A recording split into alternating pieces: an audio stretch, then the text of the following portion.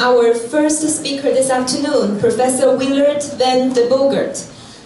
So Professor Willard van de Bogert is a Master of Fine Arts from California Institute of Arts in Los Angeles, California, currently researching linguistics for second language learners at Bangkok University in Thailand using digital technologies. Researching iOS music applications, which he will show to us later, for making audio files using electric music, for constructing astrolinguistic and explore an expo language model using phonemes to explore alternative communication technology, formerly with NASA's Technology Application Division for applying database research for problem-solving strategies. So welcome.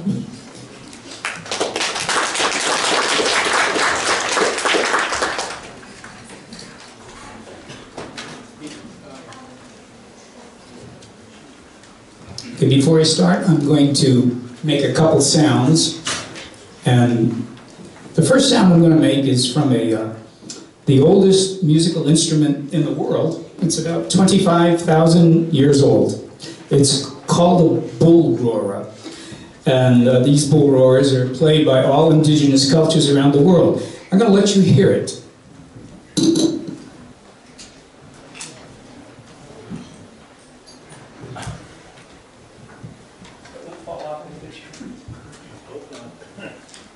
Okay, here we go.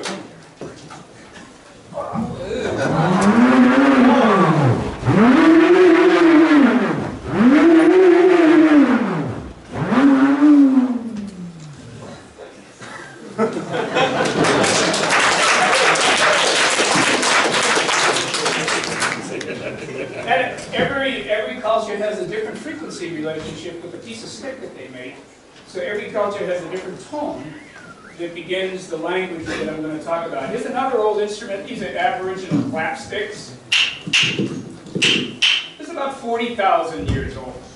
And the reason they're 40,000 years old is there used to be a coronal mass discharge from the sun, and it covered the Earth with a plasma field, and it made a cracking sound over the planet, especially in the magnetic poles. And I'm going to play that sound from a Finnish recording. So that's coming. There's one more sound I want to play before I start.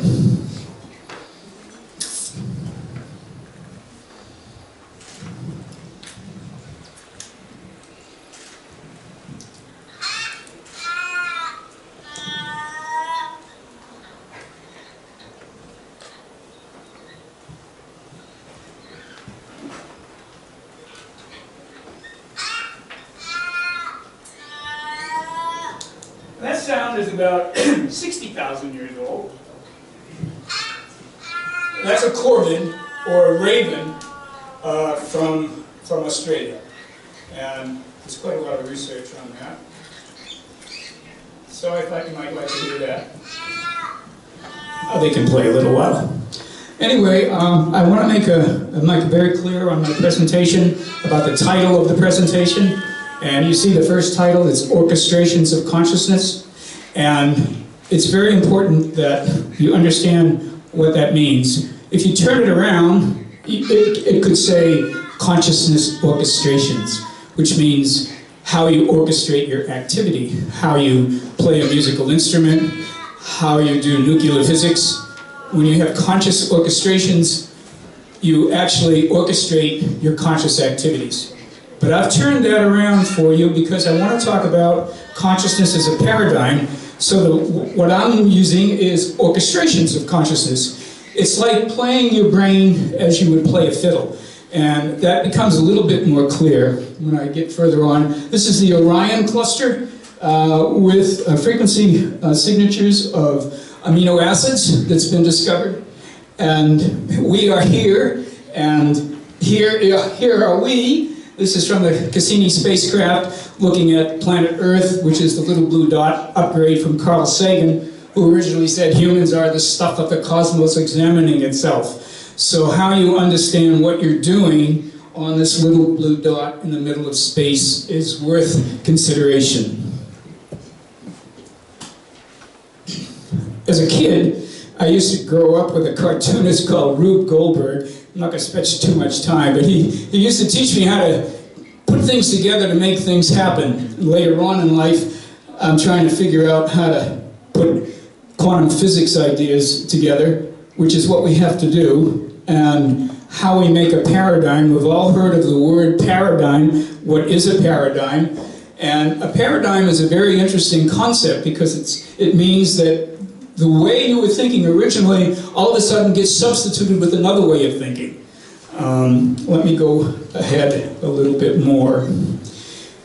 This, on the left-hand side, you see the click stream of all the subject matter that is researched in a week's time all over the world on the internet. Every subject imaginable that you can imagine.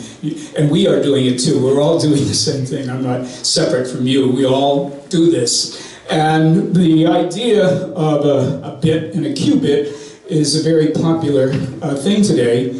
So pretty soon, the zeros and ones will be superimposed, and you introduce a question, and all of what we do laboriously, day in and day out, will be done automatically, very quickly, but you still have to interpret the answer that comes up when you do the search. So that's kind of like just a brief academic interactions are processed to other processes in the energy field streams, which is compatible with what was said a little earlier. I have 5 parts I'd like to talk about. I'd like to talk about consciousness in the universe quickly. I'd like to talk about the brain in the universe quickly. I'd like to talk about ancient cosmologies quickly. And I'd like to talk about the science of the quantum quickly.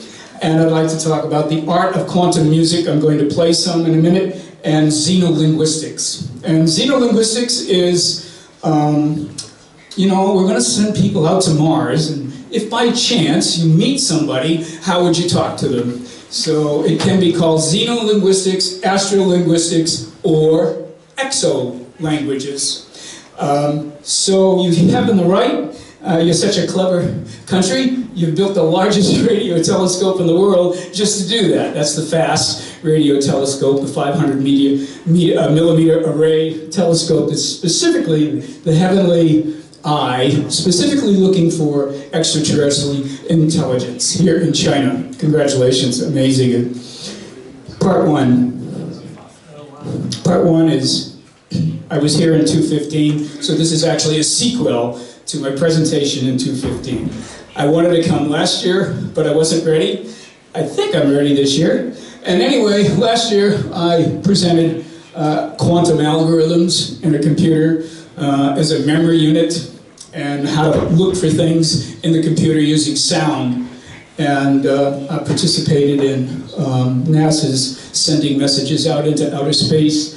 I've worked with NASA quite a bit with database research. But this is the most important thing. When you start getting into consciousness, you know, who is Gregory Matloff? You know, he's a New York City physicist who talks about, you know, the variability of stars and how they communicate. And you keep on going down the list and you run into a lot of very, very interesting kinds of theoretical positions of what consciousness is. Because you want to know what consciousness is. Because consciousness is a field of study. So you're asking yourself, what is consciousness?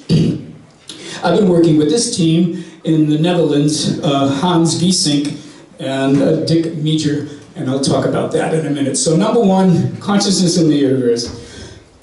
And the reason I'm presenting that is I want you to try to conceptualize how would you go about thinking about consciousness. And David Chalmers, you see, these are just names. They're only names, I know.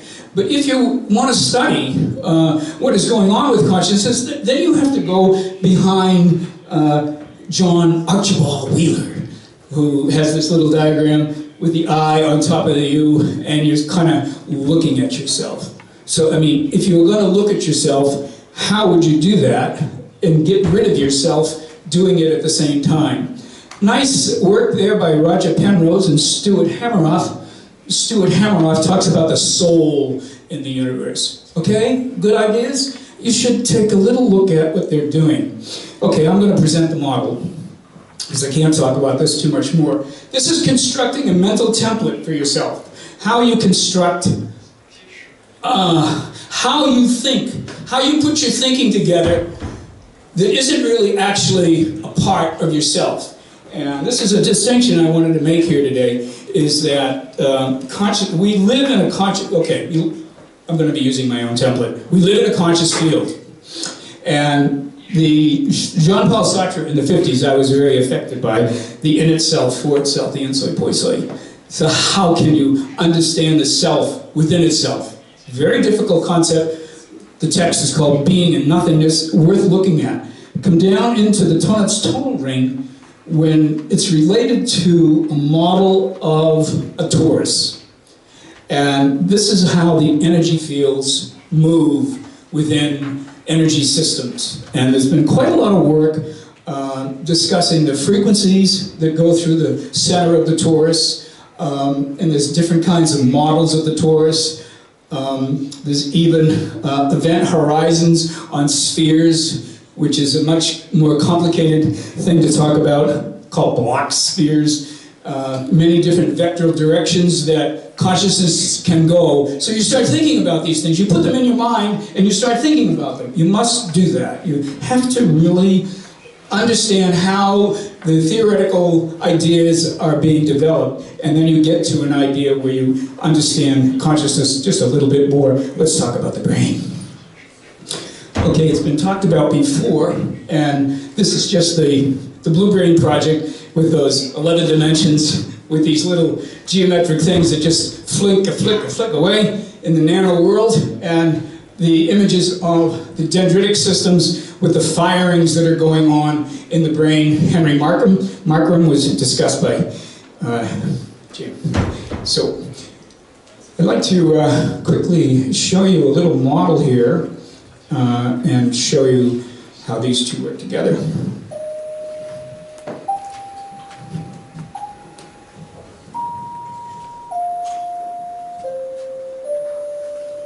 What are you looking at? That's a good question. Well, what you're looking at over here is the nano exploration of the brain. What you're looking at over here is a microtonal geometric structure by Irv Wilson, also Harry Partch, if those of you have followed that. And what you're looking over here is a pentagrammal cliche of the way the neurons can fire. And over here, again, so you, all of a sudden, for me, I'm going to do that over here with the sound. I'm trying to understand for myself the microtonality that's related to geometric structures. And that's important to me because I can program these frequencies into my synthesizers. That's a very quick explanation. Algebraic neural topology. Got it? Algebraic neural topology. What does it mean? It means the space in which the neurons are working. I leave that to you to explore. Okay, so it's being done at MIT quite a lot. I've talked to these authors. They're making relationships between the organization of protein structures, which is on the left, and the organization of sound. So over here we have sound, C major chords, the pitch, and this box relationship is recurring patterns in hierarchical protein materials and music, the power of analogies. So how to understand the sounds that are in our bodies, the frequencies that are in our bodies, that are a part of our protein structure. My interest is in that area. This is the most important. This is cellular orchestrations. I'm sure you may know of this already. But this is, you see this is a lot of energy up there, maybe a big bang, big quasar coming right at you. And it just comes right down into your little old brain and starts forming a human being. But before it does that, before the human gets created with that energy, it forms all kinds of matter. and it forms protein matter. So over here, after years and years and years of analyzing 500 biomedical publications and the electromagnetic fields that are in bioorganisms, a scale was developed, and they made an algorithm out of it. It's called a life algorithm. It's the electronic radiation transmits coherent, discrete electromagnetic frequency bands. I have taken that, and I'm going to show you what I did with it. I went to a Scala software program, and I took the frequencies, and I made sense out of it. And I took the sense, and I made a SCL file. I put the SCL file, I put it in a program that could make a scale. I made the scale, and then I was able to make a sound from the life algorithm, and it sounds... You start to hear, I'll do that. All of a sudden you have a relationship where you can hear the sound as a result of the scale, as a result of the frequencies that came out of the electromagnetic fields of the protein. You can do that. You can do that. There's quite a lot of software programs that will load up SCL files. Igor Vasilev, very quickly, I'm going to be playing this musical instrument today. What he's doing with his software is when I touch a key, he's got a program that the key is, the algorithm models the neural activity of the brain. And when I press a key, this algorithm on this model of the neuron of the brain remembers it. So when I press the key again, I'm working with the algorithm with the very same key that I pressed. So it's like working with your brain with sound. You can do that. It's available. So this is just an idea. It's called adapting self-organizing maps for making sound. It's a type of a neural network, audio neural network. Let's go to ancient cosmologies. These are the Pueblos. I go to the desert a lot, and there is my swinging the bull roarer, and here is that sound that I made with the clapsticks.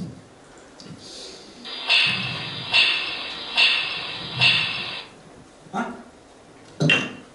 Got it?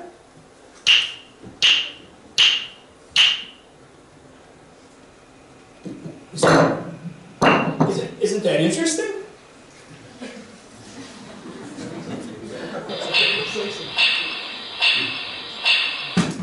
Got it? It's the same. It's the same. And these sounds come from the energetic particles caused by the aurora borealis, the northern lights. And when it comes over the earth, you can hear these clicks. The same way the Aboriginal did 40,000 years ago. Okay, now. I want you to hear some sounds.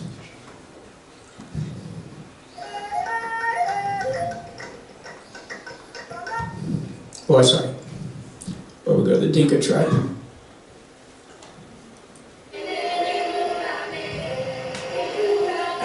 Hey, sorry about that.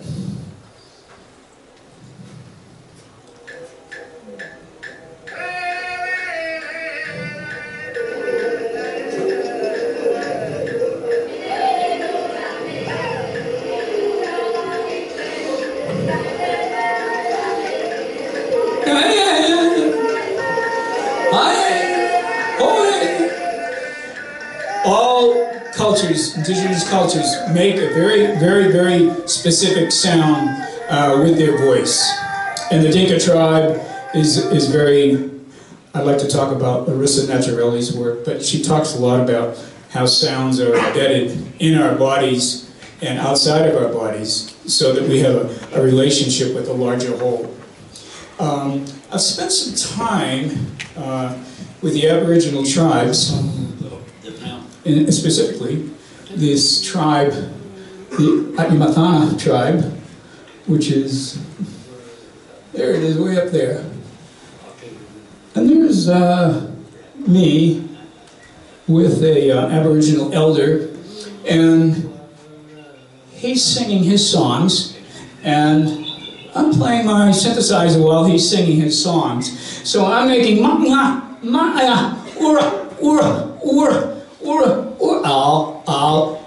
phoneme. The phoneme is the first sound of a letter of a word that's in your mind before you speak a word.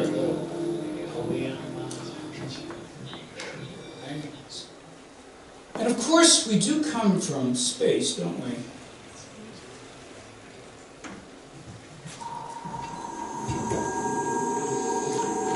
This is ongoing all the time. This is called the cosmic microwave background that we pick up in outer space. We live in this field. We live in a lot of fields. We live in the Schumann magnetic field. And this structure over here is a new animation of gluons. They're really small subatomic particles. And it's the fluctuations that exist in the zero vacuum. In other words, if you go into a vacuum,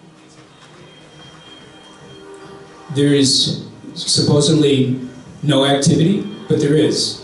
There's an awful lot of, there's a lot of words for it, and I'm not going to try to give a word for it, but there is the most popular word is fluctuation, but you could have another word like perturbation.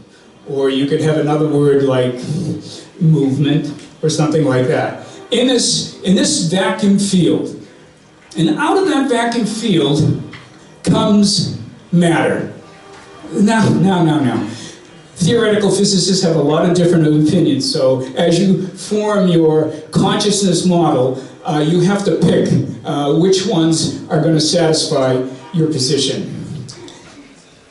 And this is merely a full flow diagram going from the vibration into the quantum field, into individual consciousness. And you can see artificial intelligence. And we live in this field. We live in this information field. We think in it, but we live in it. We live in it.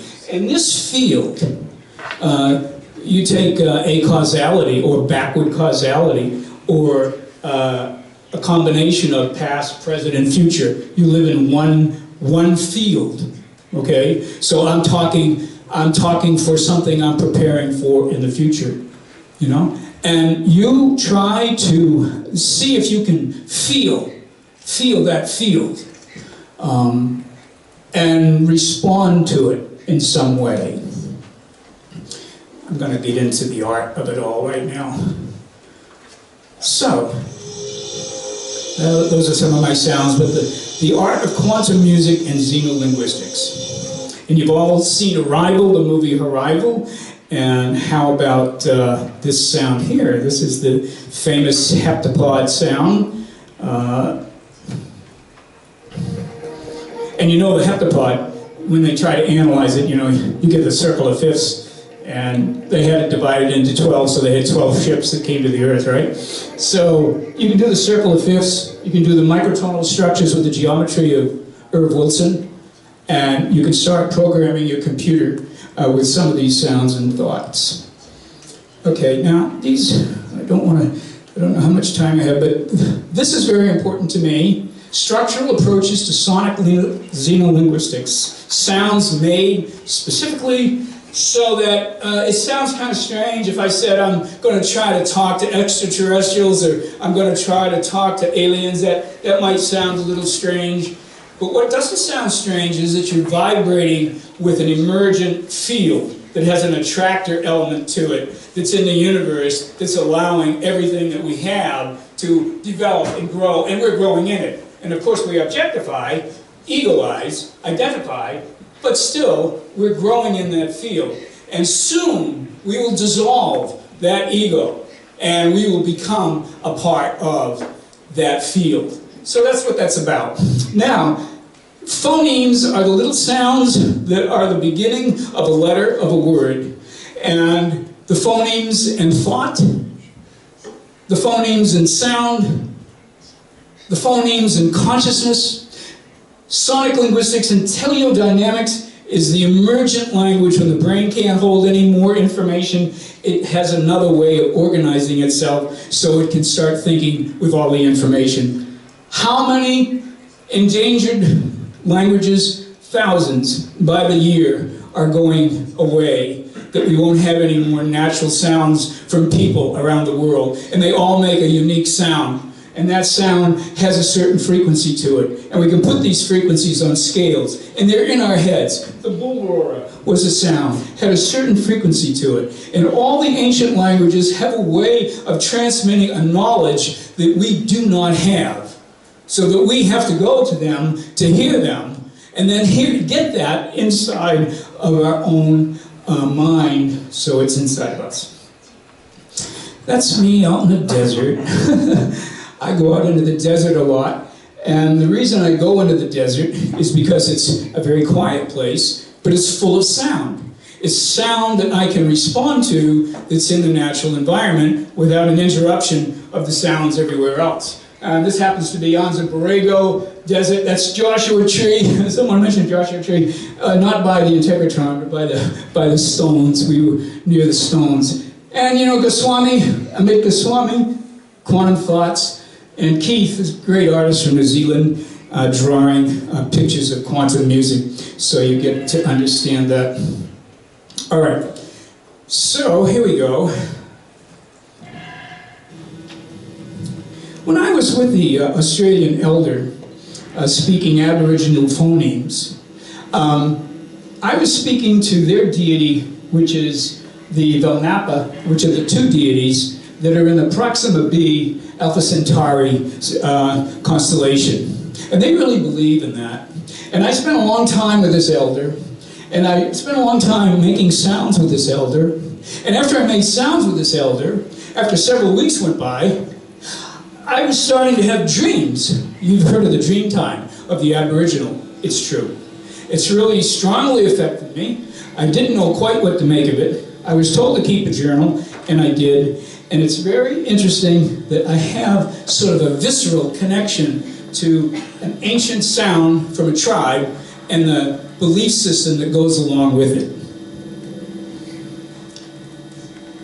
And I spent a long time organizing the English language. I'm a linguist, so I'm very interested in how the owl, mopak, mopak, mopak, mopak, owl, Chinese, all have a different sound for a certain kind of relationship. But their relationship to nature is far, far different than most relationships to nature.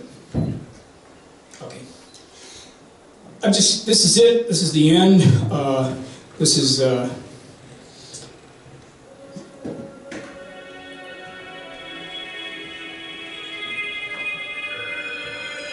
These are the microtonalities that are available to us with synthesizers today. Any scale, any frequency. I'm going to be playing this today, and that one as well. I'm almost finished. I am finished. This is Wolfgang Palm. Wolfgang Palm. Wolfgang Palm is from Germany, the father of synthesizers, and this says time and space, but you can program every single letter and assign a frequency to it.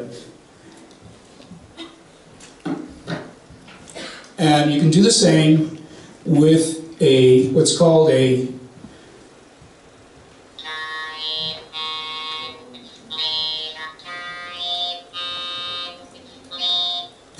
saying time and space, it's what it's saying. All right, so this is the last slide, and I'm just going to give you a little example of what it sounds like real. I think everything works.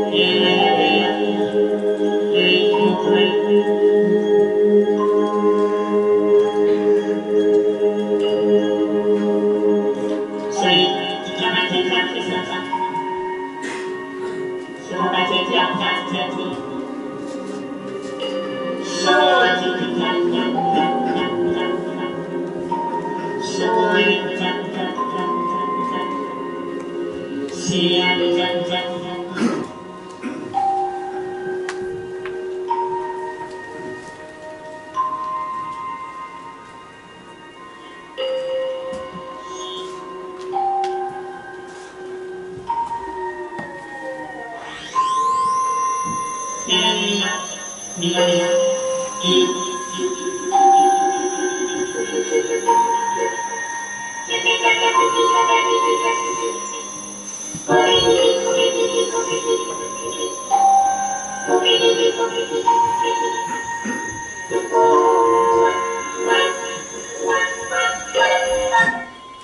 what I'm doing is actually putting my own audible human sound in with the frequencies that I've pre-programmed that have come from the life algorithm. It's an experiment. It's an experiment. It's been something I've been doing for many years, and it gives, for me, an anomalous, phenomenal, conscious experience that I create with. And I think if you find a way to work with the sounds that are in our environment, whether it be, if you can find a sound that's within the environment, like the Schumann frequency or any frequencies that's part of what makes up our civilization on this earth. And then we actually have a way of participating with the larger consciousness that the paradigm is indicating. So you have to put the pieces, you can't have the cart before the horse. You've got to find out if you can construct a paradigm. First, it's very important to do that. The paradigm of a quasi-crystal, for instance, a quasi-crystal is a five-fold symmetry. What happens if it loses its symmetry and it becomes a non-translatable? I mean, the vector that forms the symmetry can go anywhere. And that emergent complexity, criticality of the self-organizing system is pretty much like that. It's pretty much like that. And that's all. Oh, no, wait, I wanted to share one thing. I just this is our Earth, duh. And this is a raven, duh. And this is an emu, right? So behind the Earth is the emu, and the Aboriginals absolutely relate the Earth to this emu and this bird. I mean, their living in the Earth is 100% connected. There's no separation between outer space, Earth, and inner space. And that's the beauty. I think of a lot of cosmologies of native people. I almost went to Peru. Someone mentioned Peru. I wanted to go down to outside of Lima to the stone forest, but I didn't make it. So we begin our next journey to communicate with other worlds, and I absolutely think that's where we're going. Our consciousness is going to be separated from identifying with it, and we're going to be participating with a larger consciousness that's going to give us many, many more new, complex things to work with that we've never, ever considered working with before, because all of us are being affected by the very same field. And you can see it for yourself, what's going on. It's not a mystery. I've just applied it to language and sounds and thinking that I'm going to be communicating with... My mind is going to entertain something that it hadn't entertained prior to my doing it. It's an idea. Okay, it pops up into your mind, and where does it come from? And that idea makes things go around. That's what makes the world go around. Okay, that's it.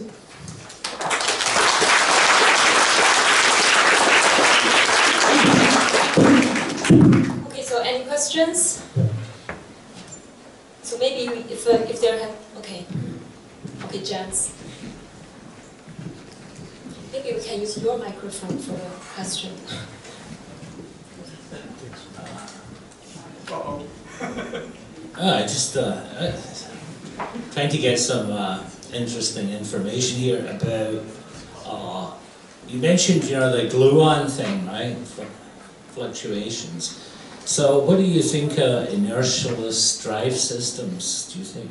What's your thoughts about inertialist drive, something that doesn't need, action, reaction in the conventional sense? There's a lot of answers that accompany that question. My own. The most popular answer is God. This is just the way it is. Who else could think of such a thing?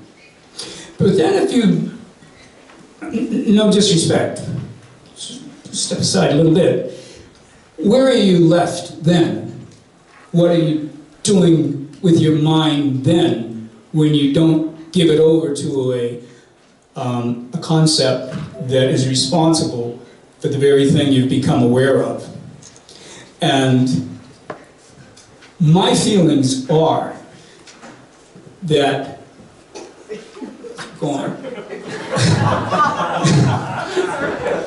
my feelings are that the motion that you saw, is in all of us. It's in feelings, it's in beliefs, it's in love, it's in pain, we are that movement. What we have to do is get over it. Get into what is moving within inside of us. I mean, how am I going to respond to a feeling like you mentioned the three persons, the past, the present? People had difficulty understanding who they were in the past, in the future, in the present. They're all one person. But because the concept hasn't integrated the past, the present, and the future as one entity, then there's going to be confusion. It's the same thing when you ingest a psychotropic. The body says, "Oh my God, I never felt that before." You want to expel it. But if you're ready, the psychotropic will take you on a journey. What I'm saying, really, is that you have to find a way to release yourself from yourself. I am myself. Of course, I know that. But I believe you can carry around a self that is not yourself and create with it. So I think the best answer I can give to that question, what do I think about movement that has no, again? Inertialist drive systems, Yeah. for space exploration. Well, inertial drive systems for space based on what we know already? No, well, we can't explain it, Some people say NASA have experiments where they have used microwaves to develop a thrust where it should be impossible. And my question, I was just wondering what since you're... I haven't gotten into the thrust component. I haven't. No. I've tried to get into the plasma model. The Big Bang model is controversial. I don't know what your opinion about that is. The zero-point gravity model, the lowest state, is another model. So there's quite a lot of work, I think, that you have to do to get up to getting a paradigm that works for you. It's not just understanding the word paradigm, but actually ask yourself, if I want to have a consciousness paradigm, what would that be? Okay, and the research is going on and on and on. I think Deepak Chopra, he's a very well-known author. He just finished a book called "You Are the Universe." Deepak Chopra, Indian spiritual leader. And in that book, he argues that for both the naysayers and the ones who see how consciousness, the universe, is a conscious entity. That's enough. That's enough to get you started right there. Do you think the universe is a conscious entity? And if you do, what's your part in it? You can start there. If you said to yourself, I don't believe the universe is a conscious entity, fine. You might want to get another model then. Maybe that one's not good enough. But the one that's being talked about the most is that the universe has a conscious quotient to it. There's a certain amount of emergent, attractive element to it that causes things to assemble the way they do. And it's not totally random. That was brought up too. Do you think you are a random human being? Sagan says we're a reflection of the universe. What does that mean? How can you be a reflection of the universe? Think about it. I think when you start tackling these very basic, simple sentences, and then ask yourself how do you work with them, I think then you have some material that you can start developing a consciousness model. This is the most popular subject on the planet in theoretical physics and many other places. You know, transformational people, emergent ideas. Many people are dealing with this consciousness. We are one is a very, we're all one. Well, we are. And I know, I know all these brains are working as one. I just know it. And I have no question about it. Because if I'm thinking, you're thinking. And we're all thinking. All of us are thinking. You're thinking what's he saying. I'm thinking what you're thinking. I mean, it's the same kind of mix that we've learned to come into awareness of.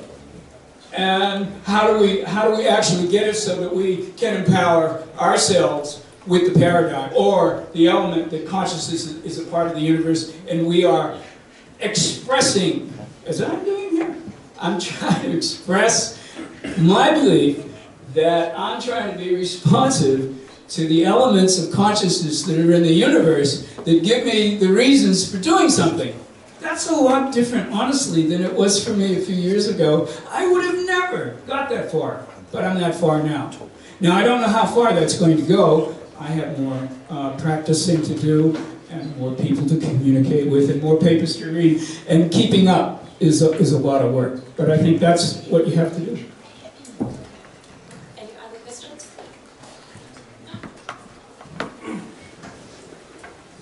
Thank you. I remember you.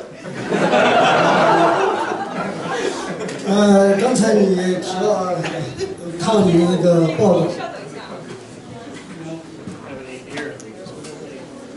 道，现在这位专家啊，他要通过耳麦才能听到我的声音，这就是一个声音的区别，这就是声音的意识。所以，如果是他通过耳麦翻译，这种意识就是个意识，只是个意识而已。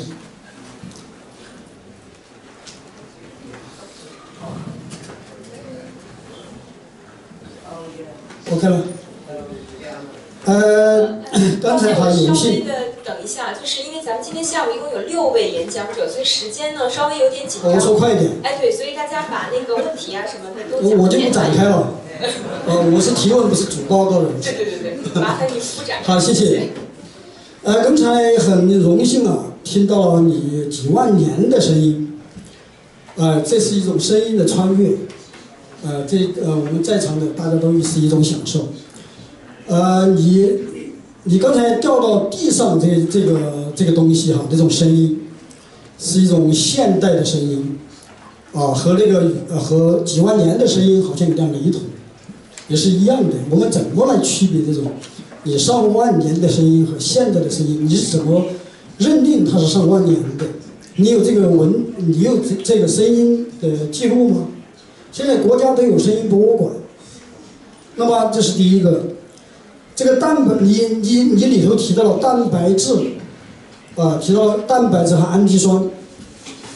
那么蛋白质是组成人体的细胞组织的重要成分。蛋白质占人体全部质量的18%。最主要的是用于生命现象的有机大分子，是生命活动的它主要存在者，它是主要的存在者。那么美国科学家通过聆听来分析蛋白质。那么我想问一下，你是不是通过聆听分析过蛋白质没有？能分析蛋白质吗？它是为什么能分析蛋白质？法国研究人员发现一种内耳蛋白质帮助人们分辨声音。内耳蛋白质是通过声音理解内容，就是刚才我所说的，就是你不戴耳麦，你听不懂我说话，那只能说是一种声音的意识，是意识中的意识，是一种无效的意识，是一种冥冥中的意识，是我们分析不了的意识。人们从声音寻找自己，从声音再寻找自己的意识。刚才你也讲了，就是不同的人有不同对声音的分辨和分析。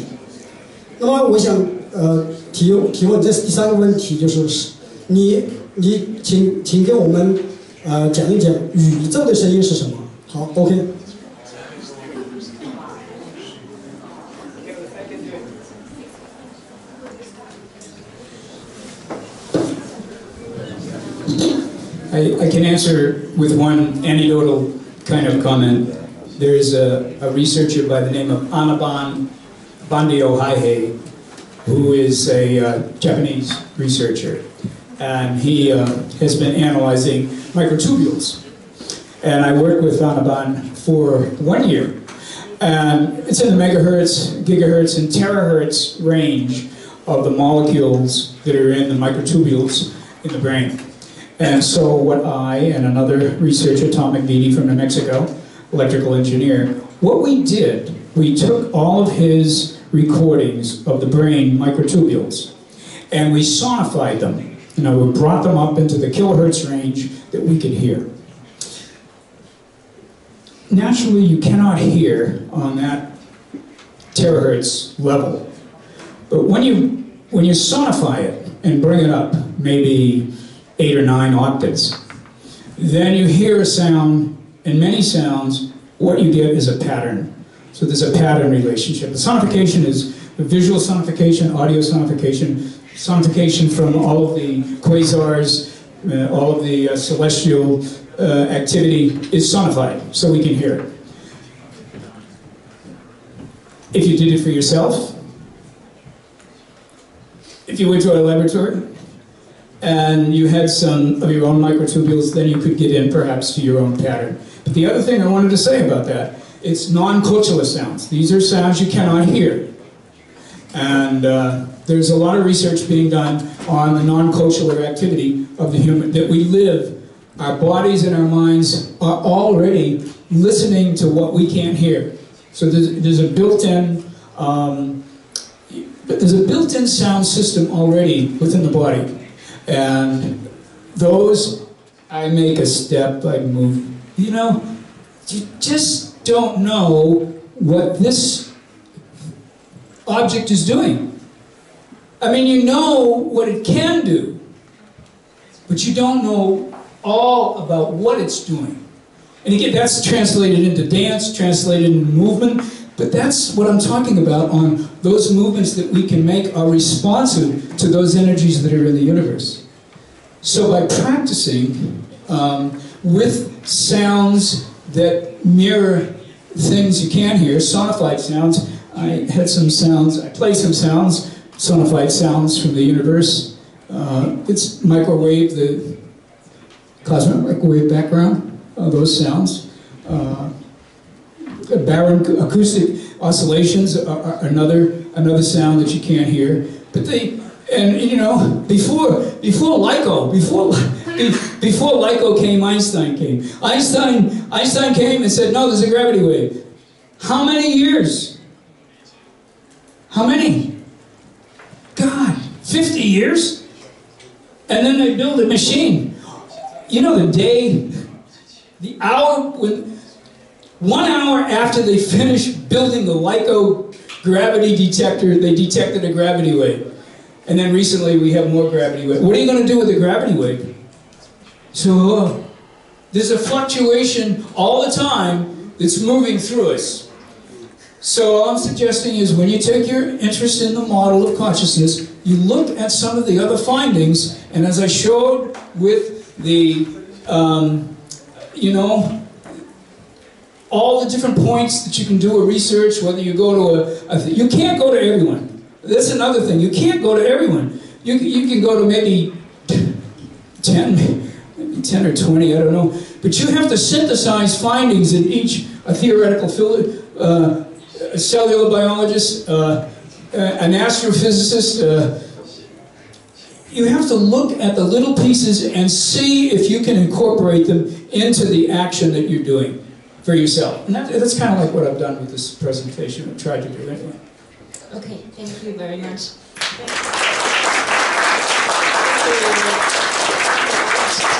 I think our 6 speakers are ready.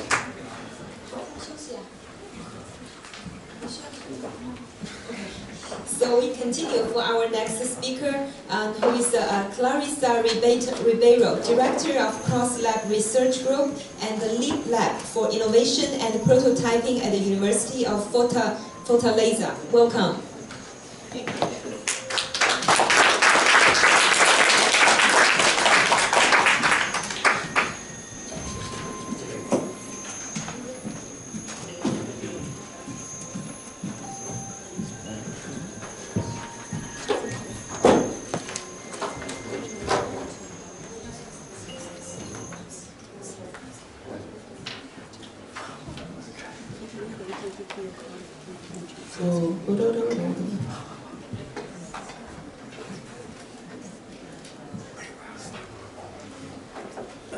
Okay. Is everybody here like after lunch awake a little bit? Yeah. I was flying for 36 hours to be here, so I feel a little bit asleep, especially after lunch. I'm sorry if I'm not that, awake to talk to you guys. But I want to thank you, CAFA team, the TAU team, Roy, and everybody who is here. As someone was saying before in the morning, it's amazing and inspiring to be part of this international family. I really do feel at home here, together with all of you guys. And I want to just start because we have lots of undergrad students here today.